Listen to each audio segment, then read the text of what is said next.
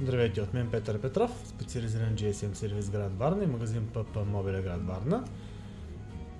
Накратко искам да покажа каква е разликата между оригинално зарядно на Apple и съответно същото висок клас копие или така нареченото менте.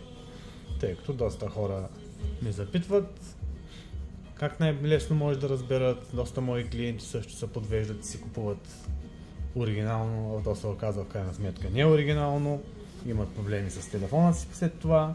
Затова накратко, ето, взел съм тук, за да ви покажа. Първото, което може да ви направи впечатление, че на самото оригинално зарядно, самото запечатване по съвсем друг начин, наподобява както на телефоните Apple, съответно надписа е съвсем различен спрямо неоригиналното. Това е неоригинално. Виждате, че надписът е съвсем различен.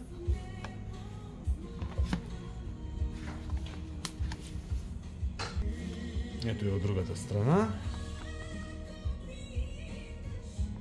Най-важното нещо, на което трябва да обърнете внимание, е ето тук отдолу.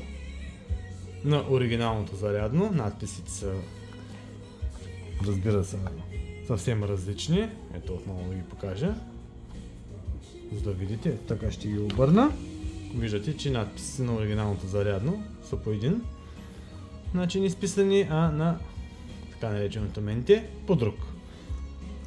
Най-важното, което може да направите съпоставка, особено ако купувате по 2 или по 3 зарядни наведнъж, е самия сериен номер и баркод.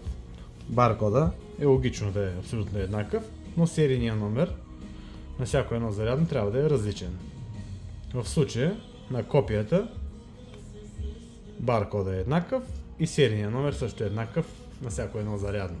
Това е другото водещо, което може да ви направи моментално впечатление, че става въпрос за неоригинално. Последният вариант е вече за по-опитни потребители, които знаят, че съответно оригиналното е доста по-тежко спрямо неоригиналното. Това беше от мен видеото.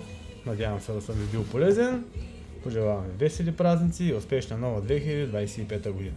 За всякакви въпроси, знаете, винаги оставам на разположение.